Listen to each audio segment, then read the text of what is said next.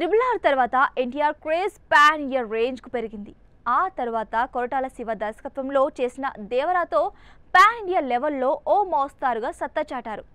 Devara Hindi box office దగ్గర దాదాపు 100 కోట్ల నెట్ వసూలను రాబట్టి సంచలనం క్రియేట్ చేసింది.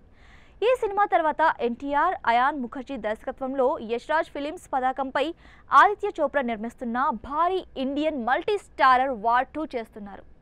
ఈ సినిమాలో Indian biggest super star Hrithik Roshan నటిస్తూ ఉండడంతో ఈ సినిమాపై ఎక్స్పెక్టేషన్స్ పెరిగిపోయాయి. తాజాగా ఈ సినిమాకు సంబంధించిన షూటింగ్ దాదాపు కంప్లీట్ అయిపోయింది.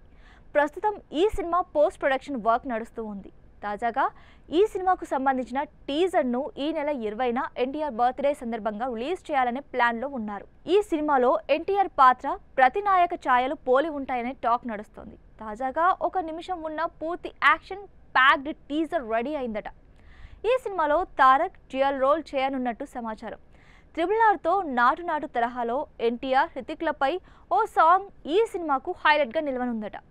ఈ సినిమాను స్వతంత్ర దినోత్సవం కానుకగా ఆగస్టు 14న రిలీజ్ చేస్తున్నట్టు మేకర్స్ ప్రకటించారు.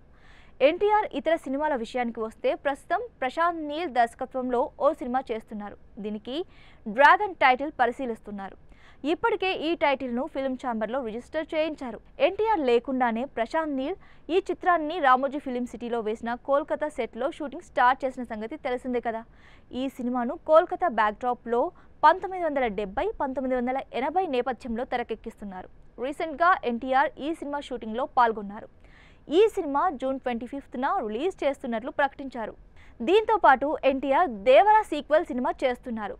ఈ సినిమా కూడా వచ్చే ఏడాది ప్రేక్షకుల ముందుకు తీసుకురాబోతున్నట్టు సమాచారం.